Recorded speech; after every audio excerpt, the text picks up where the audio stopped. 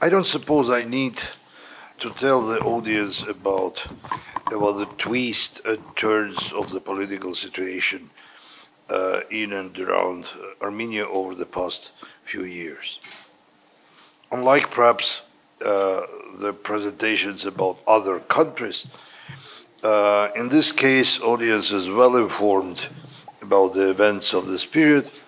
First, because most people here are experts in the field, and second, because most of the audience are people who live in Armenia and remember very well what has been happening in their country in recent years.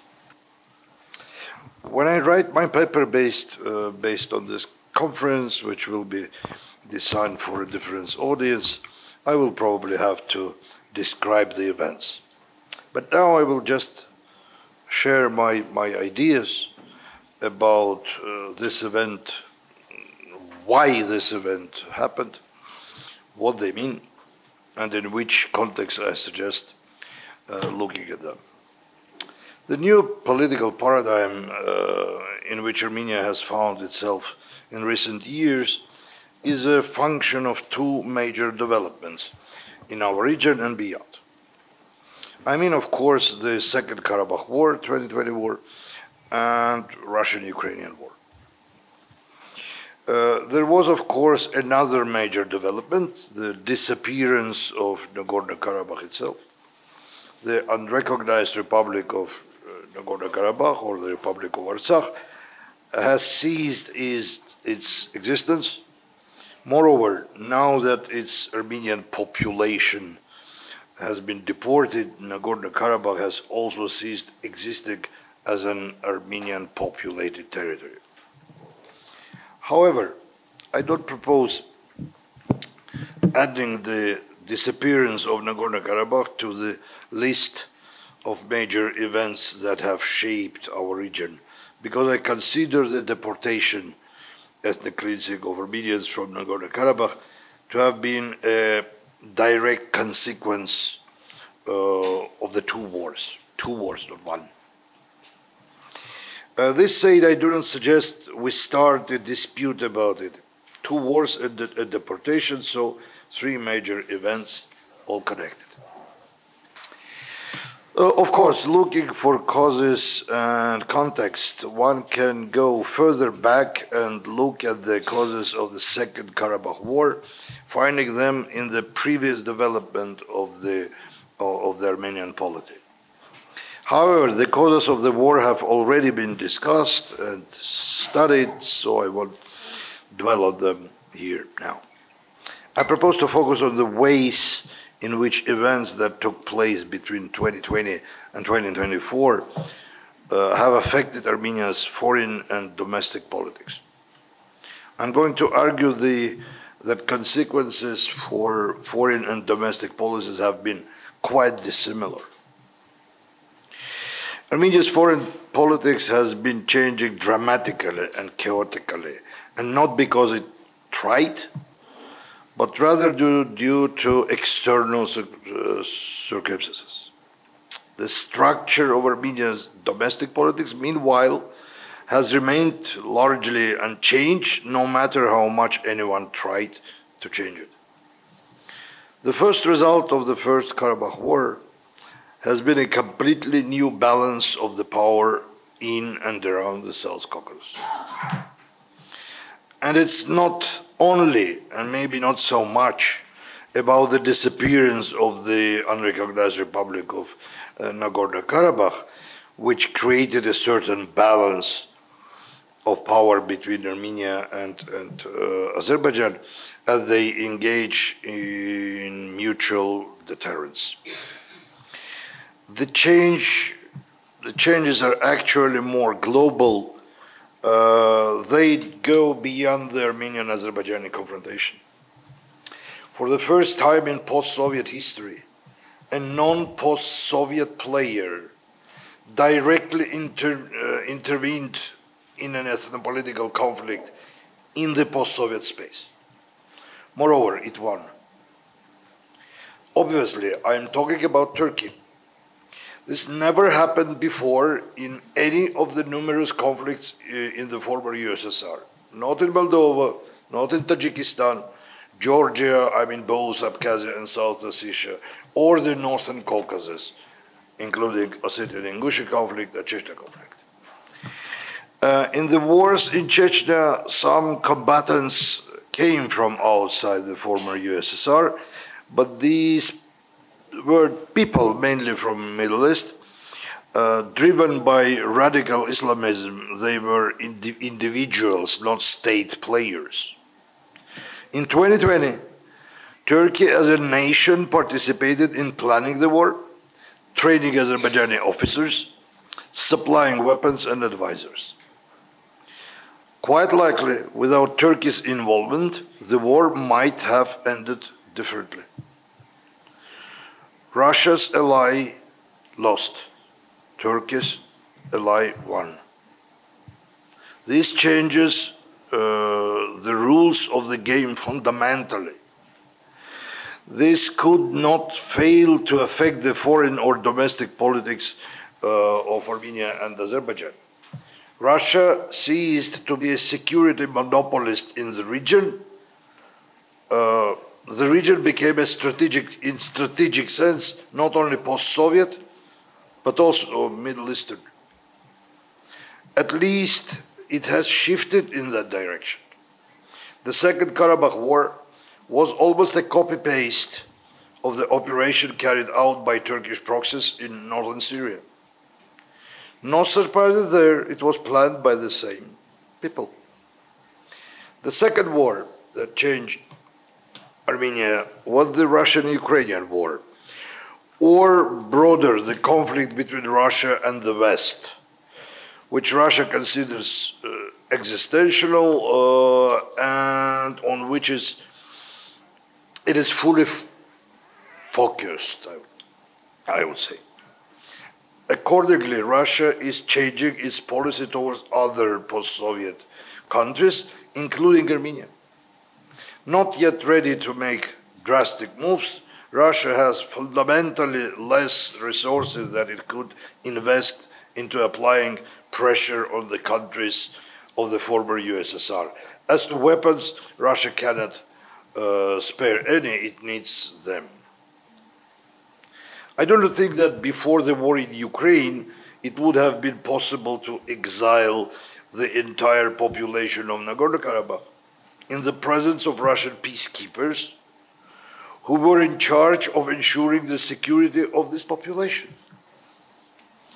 I doubt Russia would have turned a blind eye to all of it, including the murder of several Russian peacekeepers who reportedly tried to interfere. The deportation destroyed the very level that made Russia a key player in the South Caucasus. In the Armenian-Azerbaijani tandem, Russia used Azerbaijan to influence Armenia and Armenia to influence Azerbaijan. Karabakh was the lever, not Karabakh as a territory populated by Armenians, but Karabakh as a political subject, unrecognized Republic of Artsakh. With this level gone, there is little Russia can achieve in Armenia or Azerbaijan. Just like it happened with regards to Georgia in 2008. This has also triggered changes in Armenian security relations, from the famous multi-stage freezing of membership in the CSTO, whatever that means, to the purchase of weapons in France and India. This hasn't required a lot of creativity. If Russia no longer wants to sell, you buy someone else. Changes and reflects to discourses and new narratives cater to new trends. Thus, we see a surge of anti-Russian narratives and pro-Western ones. Armenia is, at least discursively, on the way from one myth that said Russia will look after our security, so we needn't bother, to another myth that said the West will help us build new forms of political security to replace hard security. So again, it's something someone else must do it for us. The same. The chaos in Armenia's foreign policy isn't just about lack of agency. It's also about relying on ideological concepts that do not necessarily meet the criteria of relevance. It's the simplistic narrative about choosing a new orientation and expecting it to change the way major players in the region and the world relate to Armenia. Plus, there is the legal fetishism in exactly the wrong time, I would say. While foreign policy goes with the flow, domestic policy is, on the contrary, proved really hard to change. Structurally, it has survived the 2018 revolution as well as the shocks and challenges of 2020s.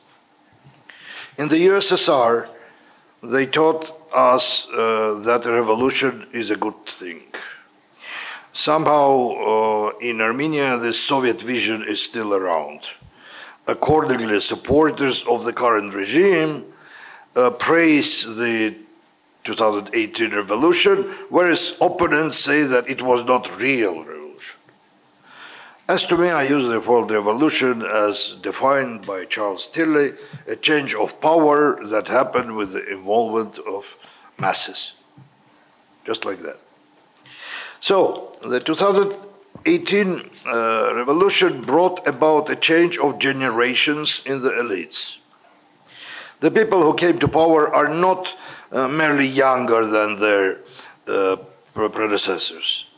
They are also the first post-Soviet generation whose personal biographies do not include Soviet experiences or survival strategies. They are, is it good or bad, but they are also different socially, have different backgrounds, biographies, and cultural identities. It's not necessarily better or worse, it's just different. Calling for a breakthrough to modernity, Europeanization, and social justice, they didn't make bureaucratic careers or bother with creating and organized institutionalized opposition parties. Their methods were street protests and the toolbox of direct democracy. They defeated the unpopular ruling party and achieved amazing, almost implausible popularity, typically for color revolutions in hybrid regimes from the Philippines to Serbia. What followed the lost was lost war, economic difficulties, and the flow of refugees from Karabakh. The new politicians have become the new bureaucracy. The youth who protected against hikes of public transportation tariffs now argue that the hike needs to be threefold. The new political class that wanted to fight against oligarchs have integrated the oligarchs or become a new oligarchs. Most importantly, the masses are tired. They are realizing the doubtful value of promises made at rallies. Structurally, the political system is now as it was before 2018. Armenia has built back its 1.5 party system, in which the ruling party has constitutional majority in the parliament. This allows the ruling party to ignore the opposition in decision-making. Both the ruling party and opposition are weak. The ruling party is unpopular, the opposition is fragmented. This structure, weak ruling power, weak opposition, has existed in Armenia since 1992 or 1993, when its very first president lost its unbelievably high popularity, with a short break for 2018, 2019. This is a tradition already. Now, after a brief euphoria, the political polarization is also back. Armenia's political forces are cancelling each other out. They do not just fail to cooperate, they deny each other's right to exist in politics. There is still a fair amount of plurality in the press. There is a freedom of assembly, but also apathy and alienation of politics from the people. Everything is back. Well, maybe except for the style and the official ideology, which is, by the way, is quite vague, I would say. I probably won't make a big contribution to political theory by saying that political cultures, institutions, and systems cannot be changed by replacing people or even generations. The very elasticity of our political system, its ability to withstand external pressure and forward change, suggests that it reflects more profound, more organic gaps and flaws.